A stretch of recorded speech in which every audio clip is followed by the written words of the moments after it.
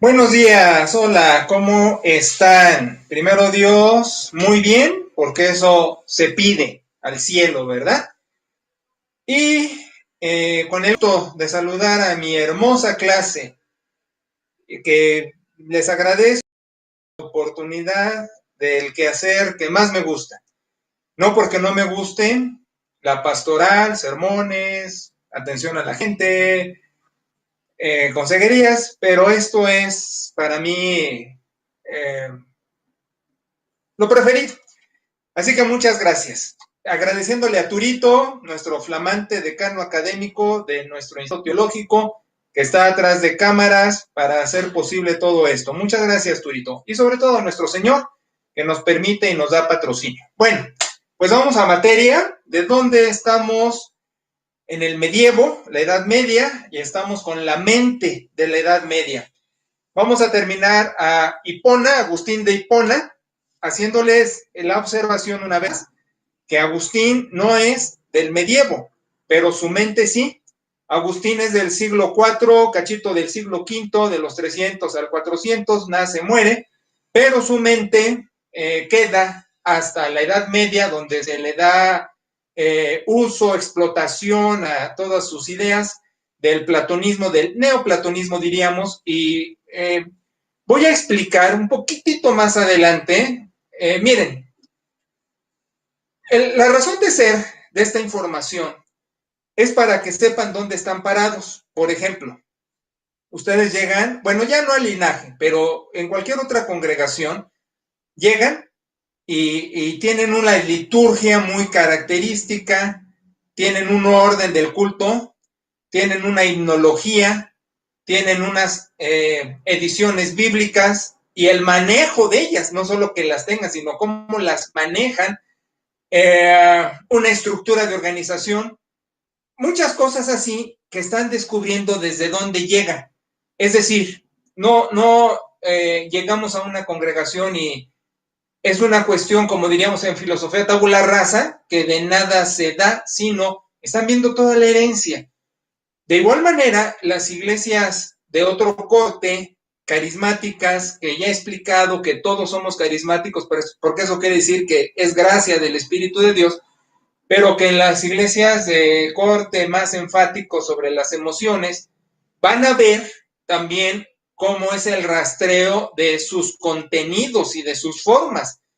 Lo que yo quiero es no solo que piensen y que estructuren su pensamiento cristiano, sino que vean todo el antecedente para su toma de decisiones sobre posturas hermenéuticas, sobre interpretación, porque la iglesia de hoy día, la típica iglesia de hoy día, está sustentada en superstición y está sustentada en un quinto evangelio, en una mitologización histórica donde ha venido como río revuelto trayendo de todo, y eso no le da identidad. Creemos los bautistas que tenemos una identidad, pero es ficticia, y vamos a verlo cuando lleguemos a las reformas europeas, etcétera, que ya no nos tardamos, pero ahorita en el medievo mucho de la mente está hoy día. Incluso yo me identifico perfectamente con el tomismo, con Agustín, en fin, pero ahorita vamos a ir desmenuzando. Entonces, les decía, Hipona, Agustín de Hipona, es del siglo IV por ahí, y su mente queda hasta acá en la Edad Media, donde se va a construir con ese pensamiento neoplatónico, y voy a darles un poquito de filosofía. Miren, entrar a filosofía es un mundo fascinante, es como bucear y empezar a ver el mundo marino, la fauna, la flora, es extraordinario. O los alpinistas como Turito y Nati que suben y ven los paisajes asombrosos. Entrar a la filosofía es extraordinario y hay tanto que decir y hay tanta mente encumbrada que solamente puedo darles algunos pellizquitos, pero sí sobre el Renacimiento y sobre ilustración tenemos que poner bases filosóficas para entender las posturas, yo no diría teológicas, que debería de ser el término, pero sí supersticiosas acerca de la teología. Pero bueno, vamos a ir para allá. Por lo pronto, mi clase hermosa, me gustan sus tareas. y su esfuerzo, cada quien, como los talentos, a uno se le da uno, a otro se le da 5, a otro se le da 10 talentos, pero cada quien hace con ellos lo mejor que puede. Y lo que me gusta es que no los entierran, que por lo menos los chambean. Así que, bien, bien mi clase. Bueno, entonces estamos con Agustín. Y con Agustín, para terminar su pensamiento, que de hecho Turito tenía muchas ganas de la mente agustiniana y hace 8 días se habló de eso y lo cerramos porque quiero entrar al tomismo para que vean la estructura del escolasticismo, aunque hay muchos escolásticos formidables y bárbaros que valdría la pena, pero no puedo, con todos tengo que hacer una verdadera depuración y selección. Pero bueno, terminando con Tino, porque ya ven, somos cuates, y Tinito, sobre mundo, hablaba de que la creación, que viene de Dios, desde luego, y que es graciosa, porque viene de gracia, viene sin mal la materia, pero esta materia va a darse espiritual o corporal, pensando entonces que hay creación espiritual y material, pero material como espiritual no quiere decir sin haber sido creada. Vamos, materia, nosotros entendemos materia esto, pero en su pensamiento neoplatónico materia es lo creado también material, pero con espíritu, espiritual. Es difícil en el mundo de las ideas. Me gusta cómo Turo puso que él era una copia Xerox del mundo de las ideas, o sea que hay un Turo por allá flotando perfecto, y Turo pone que el Turo copiado, el que está aquí en el plano físico, pues está chido, a pesar de ser una copia del mundo de las ideas, ¿no? Pero bueno, ese es el pensamiento neoplatónico. Ahora, Agustín tiene la mayor contribución en la filosofía sobre el concepto de tiempo. De hecho, Oscar Cullmann, que es un teólogo contemporáneo relativamente, una obra magistral es Cristo y el tiempo. También Jürgen Mullmann tiene Teología de la Esperanza. Bueno, y hago así porque aquí tengo a mis teólogos europeos. Él habla en Teología de la Esperanza de una teología futurista. Y bueno, tengo que llegar a cómo ven la filosofía de la historia Agustín y Aquino, pero no quiero, es decir, tengo tanto que decirles y tanto que darles que a veces como que me atropello, pero quiero ser muy legible, eso es lo básico, quiero ser tan claro que no haya la menor duda en sus cabecitas de la información que les doy. Bueno, entonces, Tino, su mejor contribución a la filosofía es el concepto del tiempo. Ahora, vamos a pensar tantito. Él habla de la distentio de distensión, distentio animi, que es la distensión del alma, distentio animi. Pensando en esto, en su libro de Confesiones, que el tiempo lo que vale es lo indeterminado del tiempo. Y les voy a explicar, porque lo que fue ya no es, lo que va a ser todavía no es, y el presente no es tiempo. Fíjense, él dice, es tan indeterminado el tiempo que vivimos a tiempo, es decir, sin tiempo, porque el pasado ya se fue hace 5 minutos, ya no hay introducción, todavía no tengo la media hora que sigue, y esto pues es totalmente relativo. Curiosamente, la teología de la relatividad, y eso vamos a hablarlo cuando lleguemos a las reformas europeas, la teología de la relatividad es precisamente esa, que no podemos quedarnos con dogmas porque ya todo es una apreciación.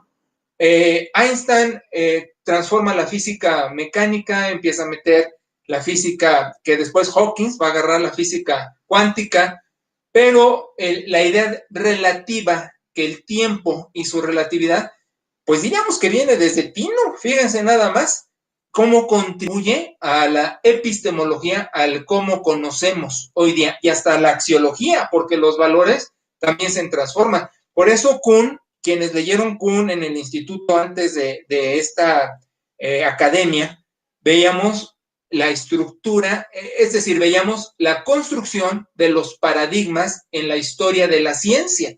Entonces, el chiste es esto, el conocimiento siempre está, lo que hay que ver es cómo llegamos a él y las formas de abordar el conocimiento. Yo, para hacérselos más fácil, dije, en vez de paradigmas vamos a usar tradición. Entonces tendríamos que decir cómo se ha tradicionalmente dado la información o los contenidos y cómo tradicionalmente se han aceptado. De tal manera que, repito, la tradición per se no es mala, solo hay que adecuarla. Entonces, hoy día no es el conocimiento lo nuevo, sino una nueva manera de llegar a él, que no es otra cosa que hacer una nueva tradición, que es lo que propone la teología neortodoxa.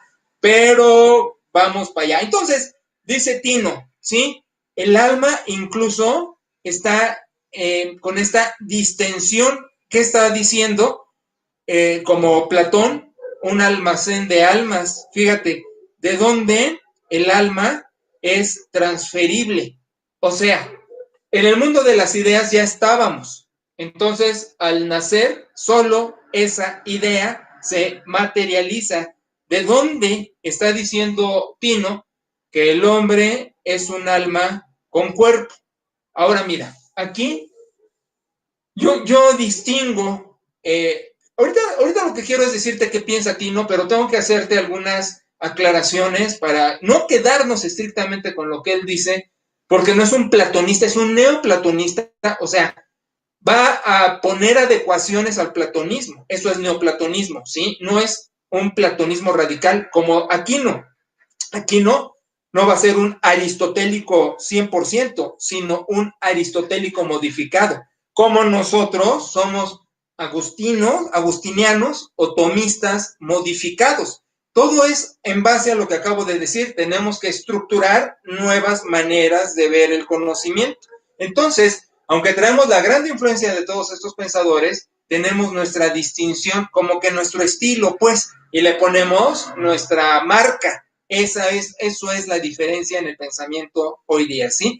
Entonces te estoy diciendo, con esa idea de que hay ideas etéreas, entonces el alma es transferible, nada más está llegando a un cuerpo, pero a la diferencia te la establezco de una vez. Mira, en tu traducción en español, tú vas a ver que dice espíritu, alma y cuerpo. Entonces vienen las ideas tricótomas.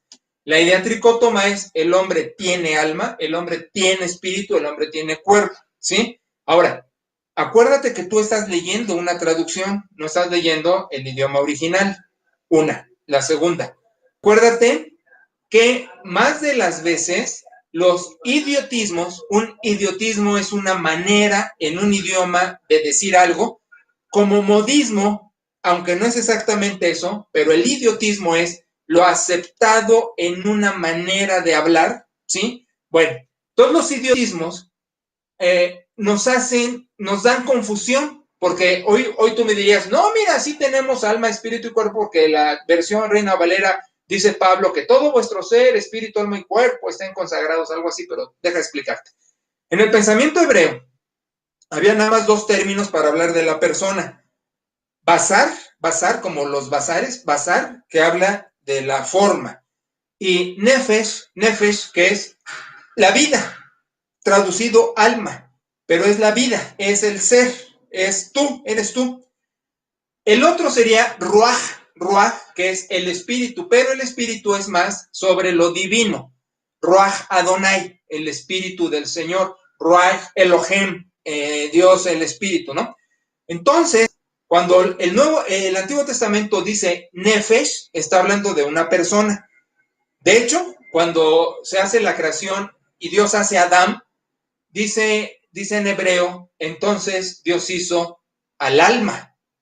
Nefesh, Hayá, al alma viva, al alma, algunos traducen viviente, yo prefiero al alma viva, al alma que vive. Entonces, ¿cuál es mi alma?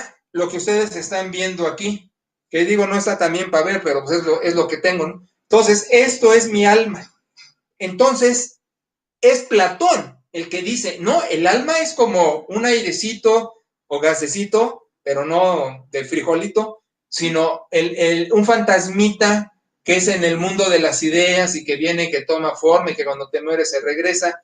Eso es platónico, no es bíblico. El pensamiento hebreo es el alma, es la persona, el basar es la forma de la persona, pero no está separada, es una sola.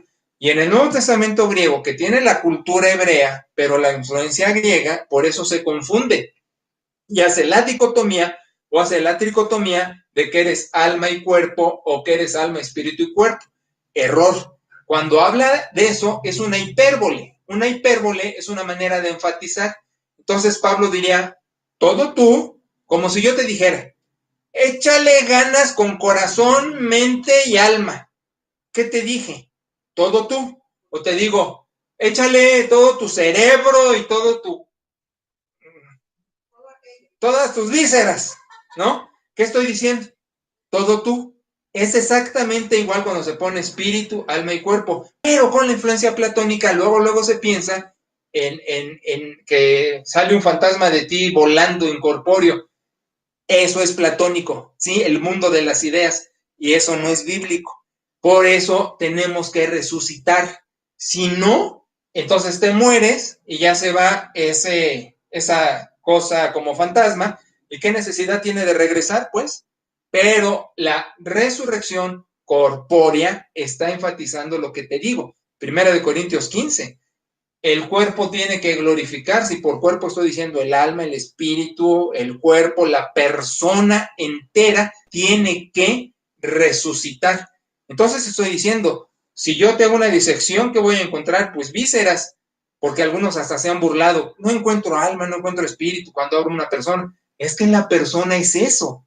Al abrir un cuerpo estás abriendo el alma, estás abriendo el espíritu de la persona. Son sinónimos, pues, para que me entiendas, ¿sí?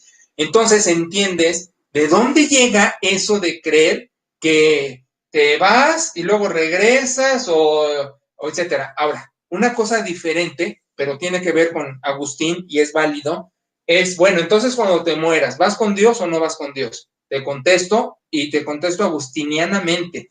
Sí, ya vas con Dios.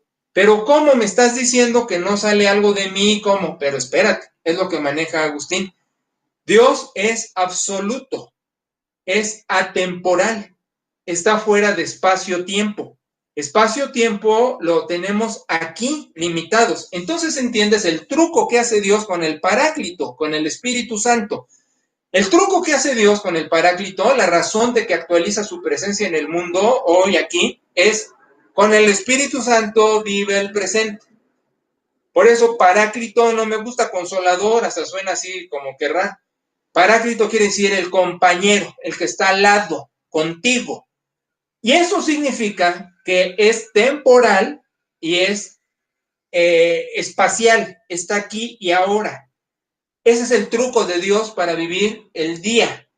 Porque cuando tú te mueres, mejor dicho, antes de que te mueras, desde que naces, ya estás glorificado, viejo.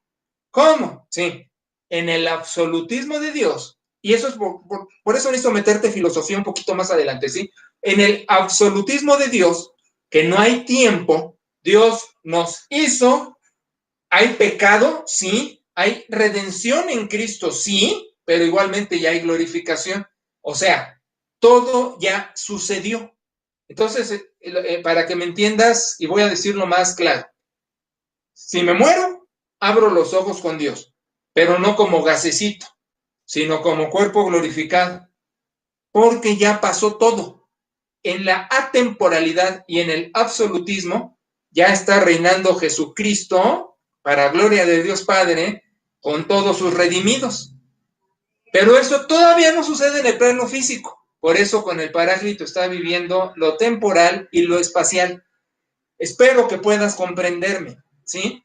Entonces, en un culto fúnebre yo sí le digo a la gente, ya está con Dios.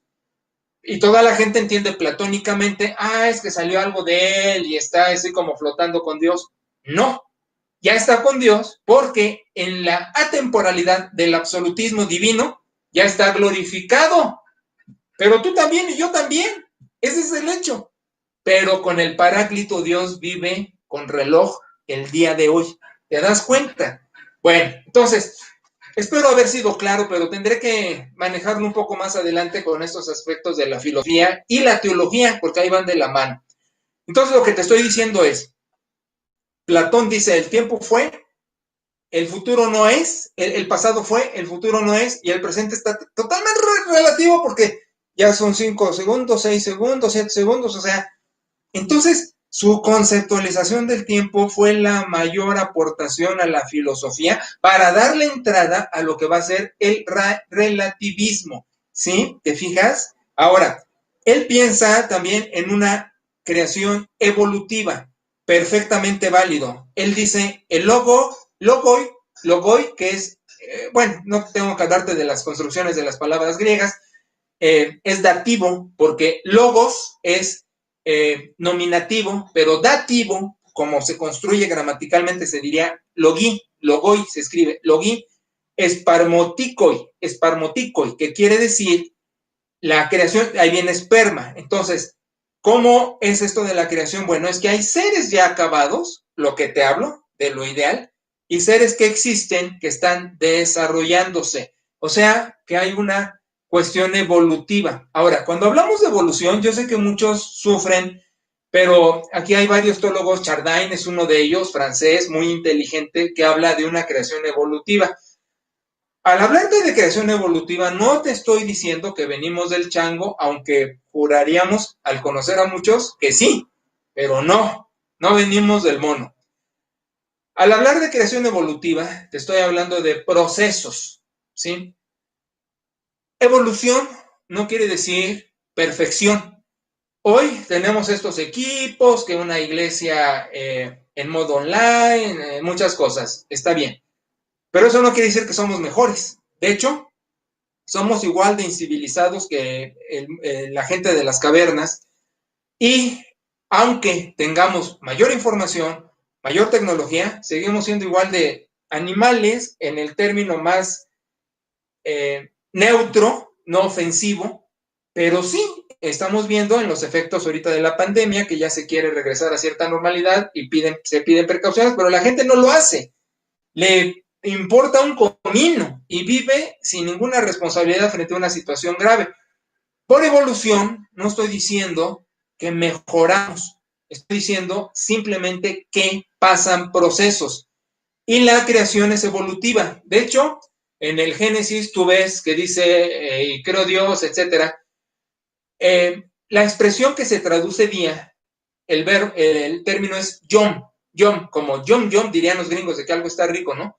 El término yom es un espacio de tiempo, que puede ser un minuto, una hora, un día, un año. Bueno, yom lo agarra Pedro para decir en su carta, para Dios un yom son como 1000 yoms, o 1000 yoms como un yom, y se traduce 1000 años como un día como 1000 años. O sea, entonces la creación es evolutiva porque Dios se tarda 6 yoms.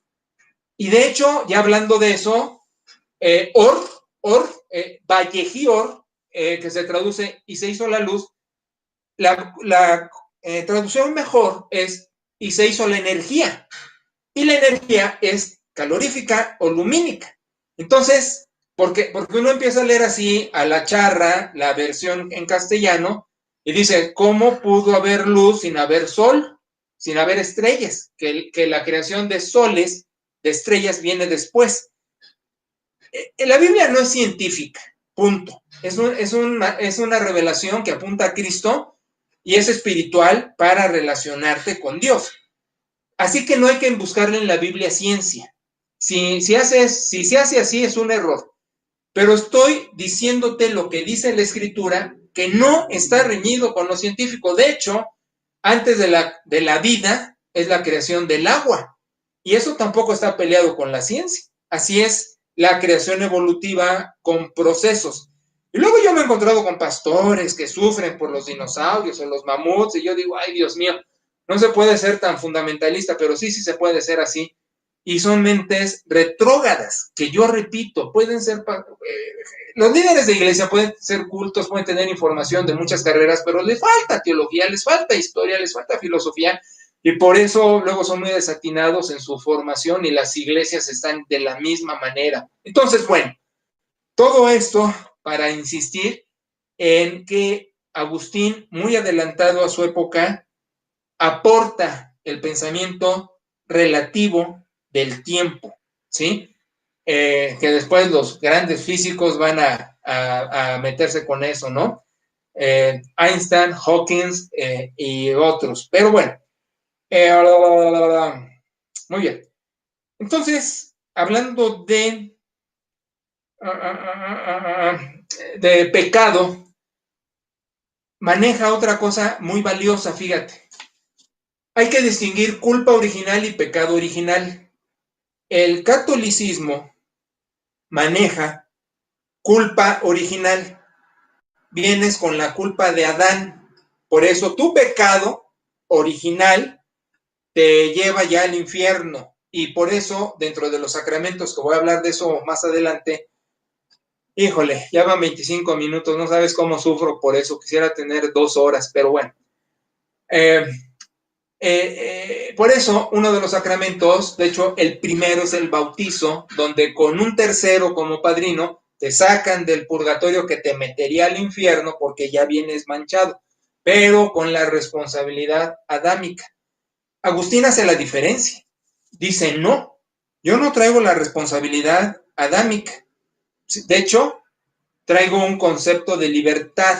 Bueno, antes de entrar a libertad, Agustín hace la diferencia. No, traes el pecado. Porque la teología escolástica católica, que no es mi escolasticismo, pero es su teología, dice, como David en pecado me concibió mi madre, tú naces para ir al infierno. Te tengo que limpiar con el primer sacramento, que es el bautismo, como medio de gracia. Pero Agustín dice, no, vengo con el pecado, más no con la culpa. ¿Qué está diciendo? Soy pecador, nazco pecador. Y esa es una aportación a la teología. Mira, hoy en cualquier iglesia bautista, porque te digo que fueron mis alumnos, los pastores y mucha gente, dicen, no nazco pecador, nazco con la tendencia a pecar. Pues ¿eso qué es? No nazco pecador, pero traigo en mi naturaleza la tendencia a pecar. Pues eso es ser pecador. Mira, yo insisto con este ejemplo porque ilustra mucho. Una semilla de naranjo no tiene que dar naranjas para ser semilla de naranjo. Ya es semilla de naranjo. Tú la entierras en la tierrita, va creciendo el arbolito y después va a dar las naranjas. Bien, nosotros, como dice Logi espermaticoi, nosotros ya nacemos pecadores. Punto. Para pecado, nazco en pecado es en singular, y los pecados en plural van a ser las naranjas, van a ser las acciones. Pero no necesito hacer las acciones para tener calidad de pecador. Ayuda a pensar que sinónimo de pecador es mortal o corrupto. Corrupto no quiere decir que eres tramposo. Corrupto quiere decir que eres temporal, que te vas a terminar, que te cortas, te sale sangre, que te enfermas, que te mueres. Eso es corrupción en la Biblia. Entonces, corrupto, mortal y pecador son sinónimos. La gente dice, pero es que hay muerte espiritual y muerte física. No. Acuérdate que el hombre es un ser completo. Entonces, para la Biblia, la muerte eres tú. La vida es Jesucristo. En él estaba la vida. Y la vida es la luz de los hombres. Si no te echo bolas hasta aquí, digo, al nacer, como Tino decía correctamente, nacemos pecadores. Y necesitamos la gracia irresistible. Ahora, aquí yo hago una diferencia con Agustín. Yo digo esto. La gracia irresistible, es decir, que Dios te toma para que conozcas a Cristo como tu Salvador, opera con tu conciencia, tu capacidad de responder o no a la gracia. ¿Sí? Ok. Entonces, un bebé o una persona impedida que no tiene capacidad intelectual, no tiene conciencia, una persona con parálisis cerebral, no sé, porque incluso hay gente con parálisis cerebral que entiende y aún autistas que entienden, pero una gente impedida, como sea la circunstancia, o un bebecito, y muere, la gracia irresistible opera en que lo salva por gracia. O sea, el cielo no tiene a nadie, ni bebés, ni nadie que se pueda jactar que está salvo por sí mismo. Nadie. Toda la salvación es a través de Jesucristo. Para quien tiene capacidad, conciencia, es acepta o no la gracia irresistible. Pero un bebé o un impedido, Dios lo salva por gracia en Cristo, aunque no tenga la capacidad. Así que no hay un almacén de almas, no hay un purgatorio, un bebé que muere, un niño chiquito, un impedido, se va derechito al cielo, pero entra por la sangre de Cristo al cielo. Y podría manejar textos, etcétera. No lo hago en este momento porque no estoy manejando sermón, te estoy dando el concepto teológico, pero aquí la gracia irresistible opera en que tú la recibes o no, que es mi diferencia con Tino, porque Tino, al hablar de elección o de predestinación, dice, es que es inevitable rechazar la gracia. Yo digo, correcto, pero de la misma manera dice, entonces los otros se pierden, pero yo digo, no, espérate. Yo no sé quiénes son los elegidos, yo no sé quiénes van a responder a la gracia irresistible, por eso mi tarea es predicar. Cuando no se entiende el pensamiento agustiniano de elección y de predestinación, entonces la gente deja de ser testigo o deja de ser evangelizador. Pero cuando se entiende lo que quiere decir gracia irresistible, que es modificar el pensamiento neoplatónico agustiniano, que es lo que estoy haciendo yo, entonces te digo, sí hay elección, sí hay predeterminación, sí hay predestino, pero tú lo ignoras. Entonces tú tienes que ponerte a predicar como loco y a evangelizar como loco porque no sabes quiénes van a responder a la gracia irresistible. De hecho, yo soy un producto de 7 años de insistencia para mi conversión. Entonces, los primeros meses o años podrían haber dicho, no, este no va a responder a la gracia. Pero sí respondí, me tardé. Es lo que digo. No, no quiere decir gracia irresistible que le dices, Cristo te ama, ¡ay, lo acepto! No, que eso es el mal entendimiento de esto.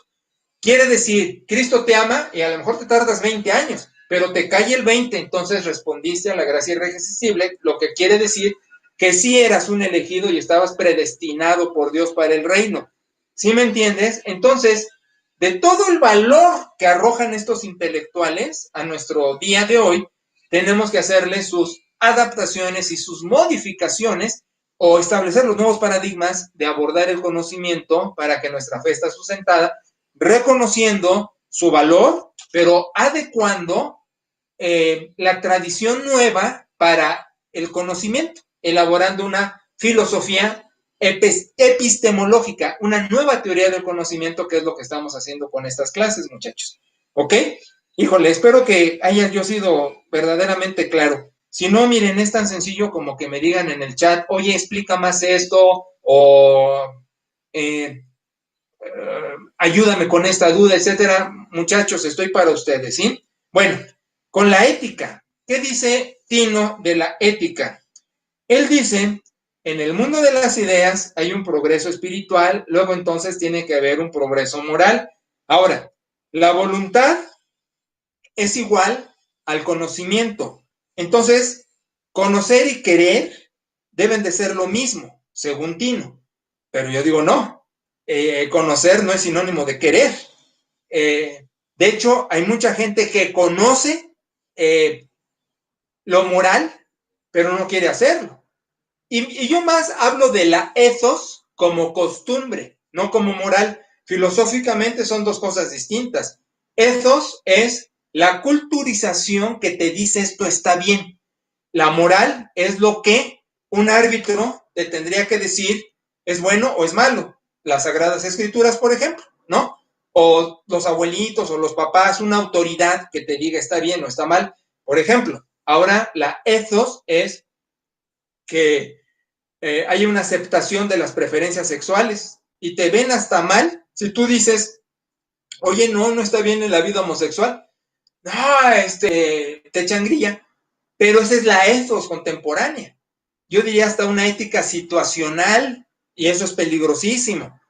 Hay éticas regionales de léxico, hay maneras de hablar en nuestra región que son muy aceptadas, pero tú hablas así en otra parte de Latinoamérica o de Sudamérica y es ofensivo.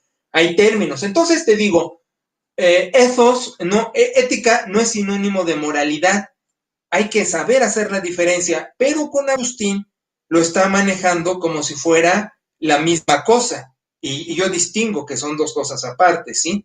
Entonces dice, tienes que conocer para querer hacer.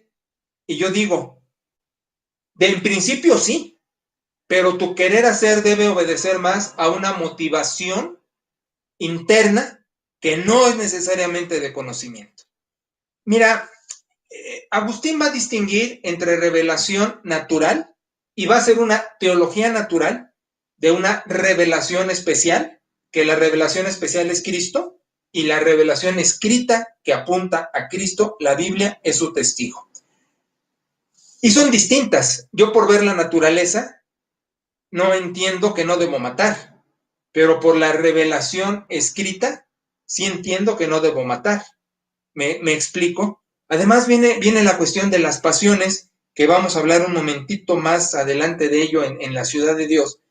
Pero igual las pasiones o instintos, ¿cómo puedo hacer la diferencia de una pasión y de un instinto? Eso es una bronca filosófica y no está resuelta. Algunos lo han tratado de resolver, pero ¿cómo sabes tú diferenciar pasión de instinto? Diríamos, bueno, el instinto es el de los animales. Ok, y en tu pasión, ¿cómo distingues cuando respondes a un instinto y cuando respondes a una pasión? Entonces no es tan fácil, ¿sí? Pero mira, él tuvo una tesis que me gusta y ha confundido a muchos. Él dijo Tino, ama y haz lo que quieras. Y con esto se han hecho bolas un montón. Pero entendiendo la pureza de su pensamiento, yo digo, sí, es legítimo. Pues lo dijo Jesucristo. ¿Cuáles son los mandamientos más grandes? Amarás al Señor tu Dios con todo tu corazón, alma, fuerzas, espíritu, alma, cuerpo. No hace tricotomía, sino que dice, todo tú ama a Dios y a tu prójimo como a ti mismo. Ahí está la ley y los profetas. Torah, Nebim, ahí están, todo. Entonces, la tesis agustiniana no está nada disparatada, lo que pasa es que no se entiende. Porque si amas, en la legítima acepción del concepto amor, puedes hacer lo que quieras porque no vas a hacer ningún daño y vas a buscar siempre lo mejor. Ahora, recuerda, Agustín, creyente, por supuesto, pero Platón no. Aunque Turo decía, si le decimos a Agustín, San Agustín, y a Tomás, San Tomás de Aquino, ¿por qué no le decimos a Platón, San Platón? ¿Verdad? Pero bueno, Platón como filósofo pudo ser teísta en su concepto de la divinidad, pero acuérdate que era griego y sus pensamientos sobre la divinidad pues no son los mismos que con la revelación por escrito de quién es Dios, ¿no? En el concepto del Antiguo Testamento y del Nuevo Testamento. Pero entonces el concepto de Tino hace su moral. Ahí viene. La ethos como costumbre, la moral como la calidad dentro de la costumbre. Que entonces no puedo dar toda la costumbre, sino le voy a meter valor agregado, que es la moral, lo que trae la calidad, amando y haciendo lo que quiera, ¿sí? Pero va a decir, pero el hombre necesita la gracia, porque el hombre es incapaz, totalmente de acuerdo. Y entonces entramos a los problemas de libertad. Mira, el concepto de libre albedrío, no te puedo decir qué filósofo lo inventó, pero sí te puedo decir que es filosófico 1000%, porque todos los filósofos lo manejan desde los clásicos, Platón, Sócrates, Platón, Aristóteles, y así lo han venido arrastrando, y en su manera de conceptualizar la libertad siempre han metido el libre albedrío. Entonces, la filosofía es la precursora de la promotora del concepto libre albedrío, no la teología. De hecho, esta carta mata al par de haces de la filosofía. Mi full, me han dicho en el Pócada que un full mata al Póca. Entonces, el full cristiano es la tesis paulina en Romanos. No hay bueno ni uno. No hay quien busque a Dios. Nada más con esos renglones de la carta a los romanos, te mata todo el libre albedrío. Totalmente. Ahora, aquí el concepto es que el libre albedrío es una libertad en tino psicológica. Tienes la capacidad de elegir, pero no es la libertad adámica, que es correcto. Nada más que yo no le digo libertad psicológica, yo le llamo voluntad corrupta. Cuando te digo no hay libre albedrío, no estoy diciendo que eres un autómata o un robot o un títere. No, estoy diciendo sí tienes toda la capacidad de decidir, pero vas a decidir en un plano mortal de pecado corrupto. Entonces, tu mejor decisión, lo dice el Antiguo Testamento, tu mejor obra, entiende, mejor decisión, porque la decisión precede a la obra, es como un trapo de inmundicia, así lo dice el profeta. Y no, y está traducido trapo de inmundicia, pero la traducción es muy soez, debería ser de un papel higiénico después de ser usado, para que me entiendas bien, o una toalla femenina después de su uso. O sea, lo que más te puede repugnar, lo que más te puede dar asco, es lo que dice el profeta. Tu mejor obra, precedida de tu mejor decisión, es eso. Entonces, ¿cuál libre albedrío en las Sagradas Escrituras? ¿Me entiendes? Ahora, aquí es donde la filosofía conceptualizó en base a su razonamiento, no en base a la revelación. Porque yo te diría, haciendo mezcla de ambas cosas, el libre albedrío sí existió, pero antes de la caída, y por caída me refiero al pecado de la humanidad, el pecado adámico. Ahí tenías tabula rasa, es decir, de cero podías decidir, pero cuando se decide desobedecer, entonces se altera todo, viene la caída, como decimos en teología, y ya viene el pecado a la vida del hombre, ¿sí? Por eso ya no puede estar en el paraíso. Ahora, ¿qué viene después? ¿Eres un títere? No. ¿Puedes decidir? Sí. ¿Pero cómo? Corruptamente, porque tu mejor decisión, tu mejor moral, va siempre a traer grado de corrupción. Si decides matar a alguien, el grado de corrupción es muy alta. Si decides hacerle un favor a alguien, tu grado de corrupción puede ser mínima porque puedes tener interés, te remordió la conciencia, porque quieres que te vean, te quieres lucir. Siempre va a haber en la mayor acción humana un grado de contaminación en la misma. ¿Por qué? Porque somos pecadores. Nada más por eso. ¿Sí me acabo de explicar? Entonces yo digo, a diferencia de Tino, que habla de libertad adámica y libertad psicológica, yo digo, no hablemos de libertad porque eso no es bíblico. La libertad viene en Cristo. Jesús dice, en mí serán verdaderamente libres. Ah, esa es la otra cosa. Entonces, cuando conozco a Cristo, ¿qué? ¿Mi voluntad deja de ser corrupta? No, es una voluntad corrupta redimida. Te estoy diciendo, sigue siendo pecador, pero eres un pecador redimido. ¿De dónde entonces, como dice ya después el apóstol Pedro, fuiste creado para buenas obras? Pero en redención, ¿qué quiere decir? Que no son obras para ganarte el cielo, sino son para desquitar que ya eres ciudadano del cielo. Y ya llegué a mis 45 minutos y no pude terminar. Pero si me das unos minutitos más y no te he aburrido, déjame. Quisiera terminar, Agustín, muchachos, para entrar en 8 días a Aquino. Mira, ya tenía todo mi borradorcito de Aquino y todo el rollo que te quería dar de lo que he estudiado y dado en clases. Pero bueno, vamos a terminar, Tino, si me aguantas 5 minutos más y todavía no se caen tus pestañas de sueño. Te Termino continuo hablando de su concepto de la filosofía de la historia. ¿Qué es la filosofía de la historia? La filosofía de la historia es cómo va a terminar el mundo. Esa es la filosofía de la historia en el pensamiento filosófico, cómo van a acabar los eventos. Dice Tino, la historia es un drama y los hombres somos los actores, pero está dirigida por la providencia. Y dirigida por la providencia, lo escribe en su libro Ciudad de Dios, que dice, pues hay una ciudad de Dios y una ciudad terrena. Y lo que queremos es hacer de esta ciudad terrena, acercarnos al ideal de la ciudad de Dios, neoplatonista. Aquí la figura que llegue al ideal lo más posible. Y establece 6 parámetros en 3 secciones. Cada una de estas secciones tiene 2. Por ejemplo, dice, la creación es niña y tiene 2 secciones, sin ley y después con la ley judaica. Luego la creación pasa a una juventud, que es cuando viene Cristo y se establece la iglesia.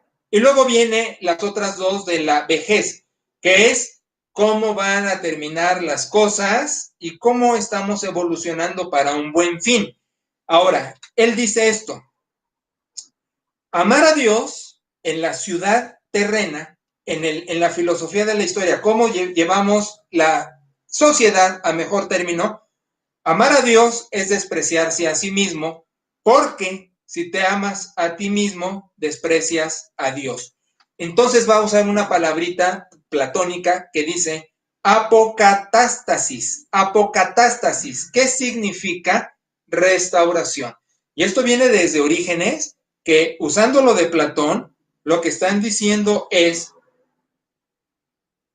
tenemos que usar todo lo que hay en el plano físico para llegar al ideal del sumo bien, del sumo bueno, al ideal sumo bueno, ¿sí? Concepto platónico de la idea. Pero, te la explico.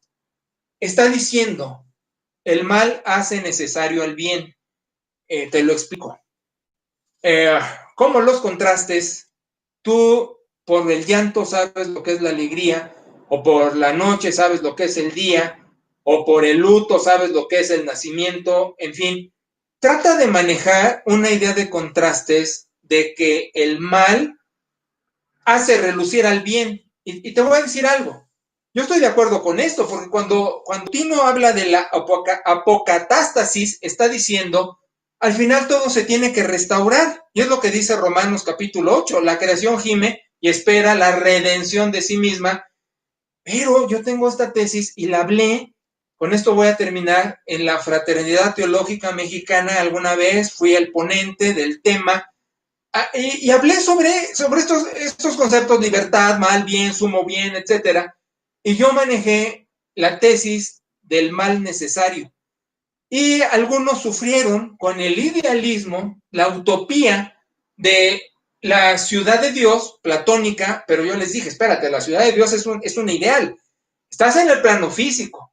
Y el plano físico, el mal necesario, mira, no estoy diciendo, porque Pablo lo dice con mucha claridad, hagamos males para que nos vengan bienes. No estoy diciendo eso, y es una cosa que Pablo luchó contra eso, porque no puede ser irresponsable o falta de compromiso. Pero para ilustrarlo, te estoy diciendo, como un barrendero necesita la basura para barrerla, el cristianismo, en el mal necesario, está para iluminar al mundo. Si me puedo explicar con ese ejemplo, va a ser mejor. No voy a fomentar el mal, ni voy a estar diciendo hagamos mal para que nos vengan bienes, cosa que Pablo también destruye. Pero estoy diciendo, tenemos una razón de ser. Y en la ciudad terrena, diría Tino, para eso estamos, para barrerla. ¿De dónde el mal es necesario? Sino que barremos.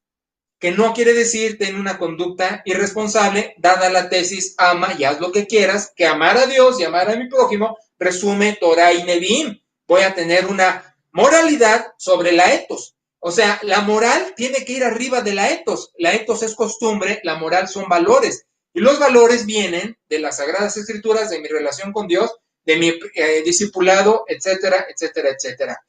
Ahora sí voy a terminar porque estoy llegando a los 50 minutos. Espero no haberte aburrido y espero haber sido comprensible. Y espero con esto que tengas una suma, diría Aquino, una suma teológica del concepto agustiniano para entender lo que estamos haciendo hoy día como creyentes. Entonces, chamba, tarea. Me gustan sus tareas, me gusta su esfuerzo. Sigan, muchachos, lo están haciendo muy bien. Tarea. Nota, si no en linaje, pero nota en el cristianismo contemporáneo todo lo agustiniano que puedas observar. Descríbemelo, anótamelo. Si no puedes explicar, no le hace, pero esto de que el alma se va, esto de que la ciudad ideal, esto de la ethos, la moral, en fin, todo lo que tú has visto en las iglesias típicas, agustiniano, neoplatónico, anótalo y esa es tu tarea. ¿Sale? Bueno, pues muchas gracias. Es un placer estar en el quehacer favorito de mi ministerio. Otra vez, Turito, gracias, gracias a todos. Nos vemos, muchachos. Bye.